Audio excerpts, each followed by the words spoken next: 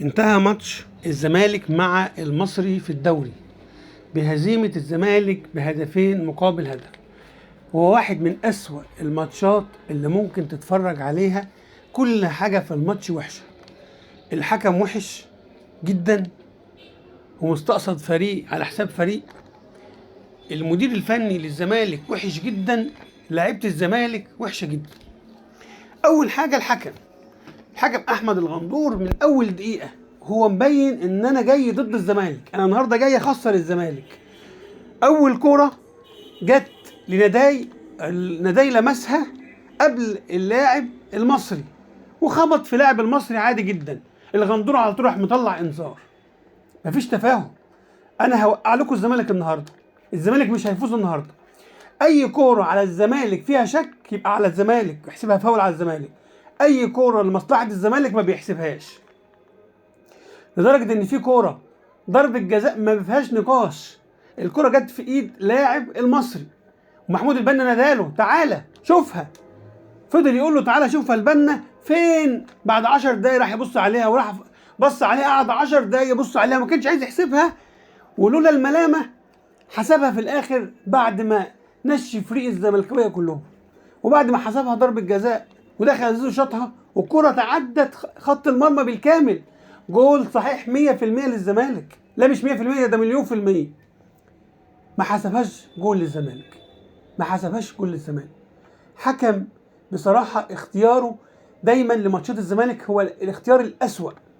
واتحاد الكورة لازم يفهم ان الغندور ضد الزمالك ومستقصده، واغلب قراراته التحكيمية ضد الزمالك، فكل مرة هتجيبه للزمالك. يعني عايزين الزمالك يتغلب. ده بالنسبه للحكم قرارات سيئه واختيار سيء بصراحه من اتحاد الكوره. نيجي بقى للمدرب، نيجي لجوزيه جوميز. يا جوزيه جوميز احنا قلنا لك انت جربت نداي مره فشل كباك شمال، جربته تاني فشل كباك شمال، بتجربه تالت مره؟ هات حد من الناشئين، هات اي لاعب يلعب، جرب اي حد تاني. فشل مرتين لازم يعني يفشل بالثلاثه في كباك شمال؟ صراحة اختيار سيء جدا جدا بالنسبة لجوزيه جوميز، وبيدل ان مفيش فكر. اختيار نداي ده يعني حاجة محزنة. تيجي بقى لمصطفى شلبي. مصطفى شلبي بيقدم لك واحد من أسوأ الفترات السيئة في حياته. مصطفى شلبي مش عارف يعمل حاجة، يفضل يجري بالكرة وتضيع، يفضل يجري بالكرة. جرب أي جناح تاني، كنت تلعب بنداي جناح شمال وهات أي حد باك شمال تاني مكان نداي. مصطفى شلبي سيء جدا. عواد، يعني اي كرة بتتشاط في عواد بتدخل. خليك مع محمد صبحي، هات اي حارس تاني، بلاش عواد من اسباب دمار الزمالك.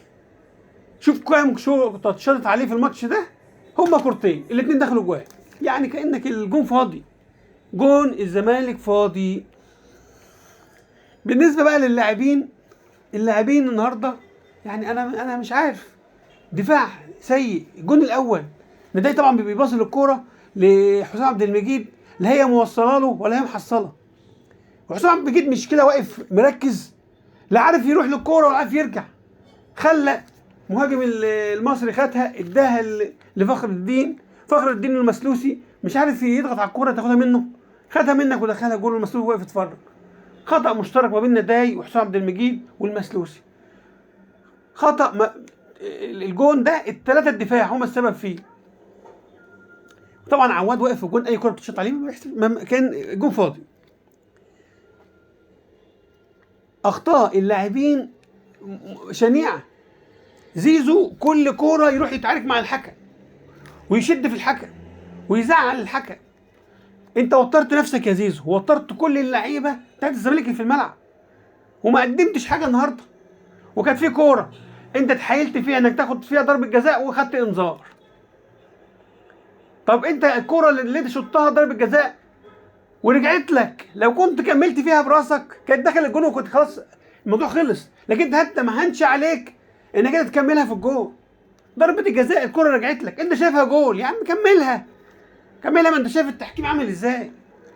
وكمان بعد كده طلعت بره الملعب تقول حسبي الله ونعم الوكيل. الكلام ده هتتوقف، هيوقفوك ماتشين ثلاثه وهيبهدلوك.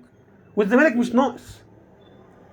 مصطفى شلبي طالع بعد الماتش يقول ما كنت تقول لنا نعيده احسن. عيده؟ انت عملت حاجه يا مصطفى شلبي؟ ده انت قدمت اسوأ ماتش شفته في حياتي. عبد الله السعيد برضو متعصب وراح للحكم كذا مره وكان عايز ياخد انذار باي طريقه. هو في ايه؟ بجد هو في ايه؟ هو اداره الزمالك مش عارفه تسيطر على اللعيبه؟ كل اللعيبه بتشتم وتزعق. ده كمان عواد راح ضرب حسام عبد المجيد. ده مش نادي، ده مش اداره اللي ماسكه النادي ده انتوا حطيتوا سمعه نادي الزمالك في الارض. عواد يضرب حسام عبد المجيد، وعبد الله السعيد راح يضرب الحكم غندور، وجوزيه جوميز راح يضرب الحكم الرابع، وزيزو عمال يتعارك مع الحكم طول الماتش، وبعد الماتش يقول لي حسبنا الله ونعم الوكيل. ايه ده؟ صراحه لاعبين سيئين، مدير فني سيء، وكمان مجلس اداره سيء، وحكم سيء. اسوأ ماتش شفته في حياتي. اتمنى يبقى في قرارات رادعه وحاكمه لمجلس اداره نادي الزمالك، لان كده الدنيا هتفرط منكم ومش هتعرفوا تلموا الفريق. ولازم تبقى في قرارات حازمه نسمعها الفتره الجايه.